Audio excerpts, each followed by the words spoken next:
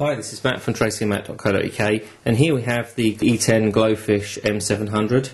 This is one of those devices that has been around for a little while, but kind of seems to have been somewhat overlooked and little reported. So I thought we'd take a look at the device and compare it to some of the others that are on the market, particularly in view of the fact that this device was one of the first, if not the first, to have a sliding QWERTY keyboard and GPS. So here's the device itself. This is the Glofiish M700, and we'll look at that in a little more detail in a moment. Inside the box you also find a case. It's a pouch style that hooks on your belt with a magnetic flap. The battery, which is a 1530 mAh battery.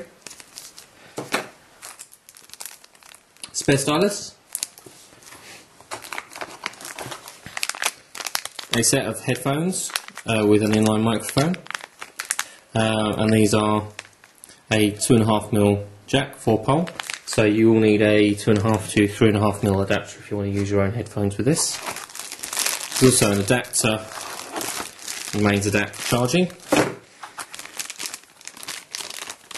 a mini USB to USB sync charge cable. Underneath you have a what's in the box and a CD with Active Sync and Outlook 2007 trial. So if we bring the device back over and take a look, as you can see it has a fairly generous 2.8-inch screen and it's 240 by 320 pixels. If we open her up, it reveals a full QWERTY keyboard with reasonably large keys. These are slightly raised and they feel quite good. You can use the device with both hands using your thumbs. On the front of the device we have a normal sort of D-pad style control with send and end red and green phone keys and soft keys. There's also a button for GPS which launches GPS applications and a home button. On the side you have a power button and a camera button, and on the other side you have a volume control and an OK button. On the back is a 2 megapixel camera with flash and built-in mirror so you can take pictures of yourself. See underneath you have space for your SIM card and the battery, and stylus in the bottom. This is a telescopic stylus. Last but not least, on the bottom there's a micro SD card slot and a mini USB connector for sync and charge. So there's the device.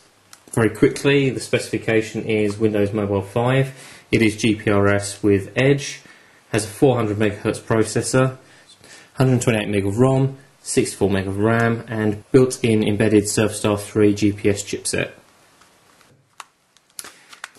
In terms of the size, it is comparable to the HTC Titan 2, as you can see there.